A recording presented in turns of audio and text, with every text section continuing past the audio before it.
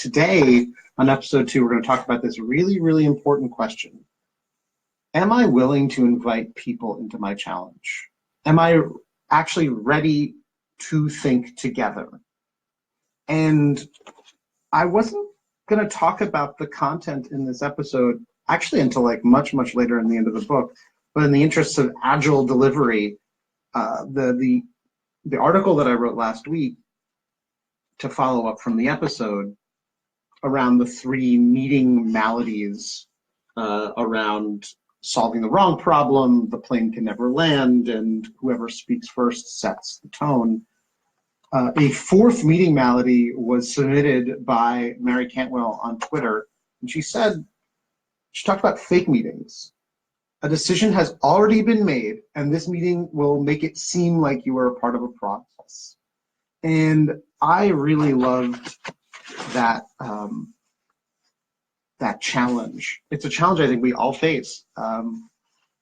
This question of whether or not I'm willing to invite someone to my process means a lot of vulnerability. And I think very often what we're trying to do is actually just cover up and make ourselves look strong by showing a really, really complete idea and just getting people to say, yes, we love it. This idea of thinking alone and thinking together, actually the flip side of it is thinking alone, asking, am I actually ready to invite people into my process? And then am I willing to do something with what comes out of it? And that takes guts. So I love this quote, all real living is meeting. Martin Buber was a Jewish philosopher. And this idea that a real meeting should feel alive. I think if you're asking a real question and you're willing to do something real with it afterwards, that meeting will feel alive. The people in the meeting will come alive. And so I think one of the issues, one of the challenges, and the framework that I'm going to be sharing with you today is that people think it's an either or, right? So either I have to do just like total co-creation and just open myself up to everybody changing my direction, or I have to protect myself and shield myself from unwanted collaborative input. And there's a really simple example I like to give. My dad used to tell me when I would ask him for advice, he's like, well, don't ask me for advice unless you're going to follow it. Because I would ask him for his advice and I'd be like, thanks for your input. I'm going to go do this other thing. It's a very high bar to demand that if you're going to seek counsel, that then you suddenly have to do something with it. And it actually creates a negative feedback loop. It made me less willing to ask my dad for advice. And so what I wanted to share with you guys is 2 frameworks. One, well, actually, I'll give you the origin story first because I actually discovered this one recently and it's really cool. This is maybe a little too much detail. I'm going to leave it up for a second while I talk through it. This idea of a ladder of citizen participation. Guess what, guys? This is not just about product design and innovation and corporate transformation. Collaboration is something that is desperately needed at all levels of government. And Arnstein, she was, there's an amazing paper which I'm going to link in the notes where she talks about this ladder of citizen participation. And I think it's important to look at these three sections: citizen power, tokenism, and non-participation.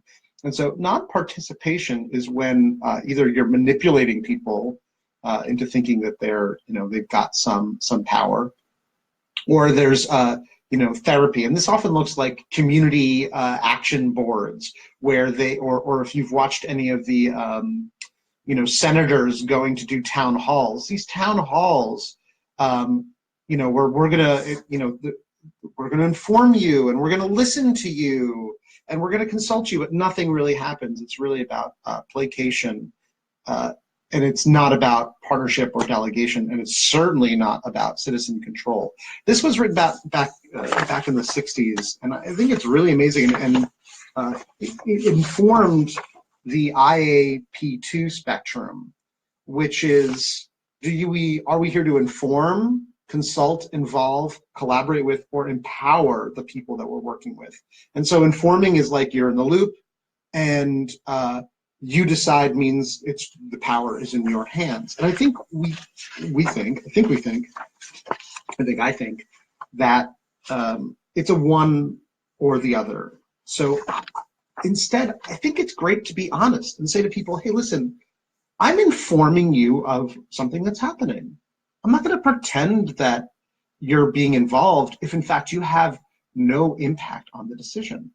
It's better to say that this decision is in motion, and we'd like you to give your thoughts, but we're not going to do anything with them.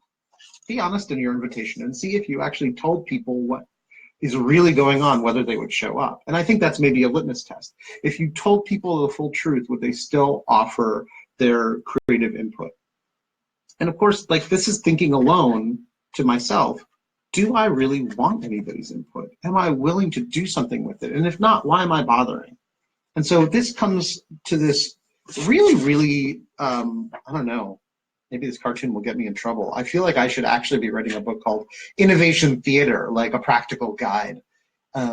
Because, you know, we've got Sharpies and we've got sticky notes, and we're up on a stage and we're getting people involved and we're asking for their ideas, but there's no heart in it.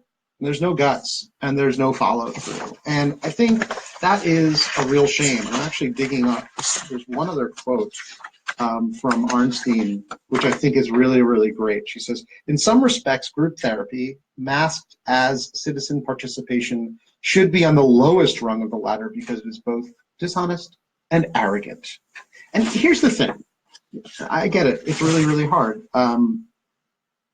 We want to seem like we're making progress. We want to seem like we are doing the right thing, right? We're asking people, we're going to do a brainstorm, we're going to gather input, but we're not going to necessarily do anything with it.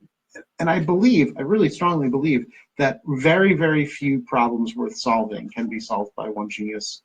We're certainly living in a world where more people are demanding more control and more input. And I think this is, there's a Medium article that I'm going to link to where someone who's very well trained in the IAP2 spectrum, which I think is a really powerful way to look at problem solving, asks, like, well, how can it evolve? Because it's not just, it's not like, oh, well, you're only on one side of the spectrum or another.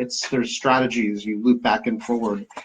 This was my sketch, my adaptation of one of their models, which is like, are we solving a problem that is simple or a problem that is complex? Are we solving a problem that is cool or that is hot?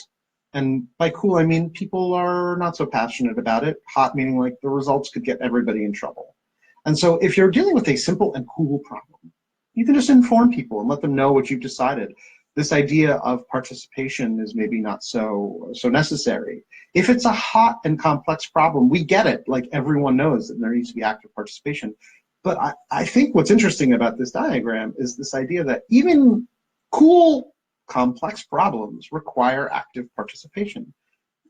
People want to feel like they have been not just informed, right? Not just told what's happening. When it's complex, it's not just about consultation. People want real involvement. They want real collaboration, and I think people crave more and more to know that their participation actually meant something. And so I think that's the real key. I think it's a pretty high bar to ask people to come to a creative conversation and to offer their heart, their soul, their energy. And I think the thinking alone part is not just a rule for good facilitation when creating a meeting agenda, which it certainly is. It's also a meditation and a reflection that you have to do and say, am I willing to do anything with the stuff that comes out of this meeting? Am I respecting the participation, the efforts of the people that I'm inviting in? And that's something that we all need to ask for ourselves. So that's that's episode 2 of Think Alone, Think Together. Some of this material you'll see if you click through the link and go into the Google Docs, you'll see that it shows up much later in the outline for the book. I'm going to update that outline probably today or over the weekend with this material, which came out of that conversation. So I really look forward to, I'm going to post all this up real soon. I really look forward to more thoughts and more comments and an agile delivery schedule of this content to you based on what's most interesting and most relevant for everyone. Thanks so much, and I will see you next week.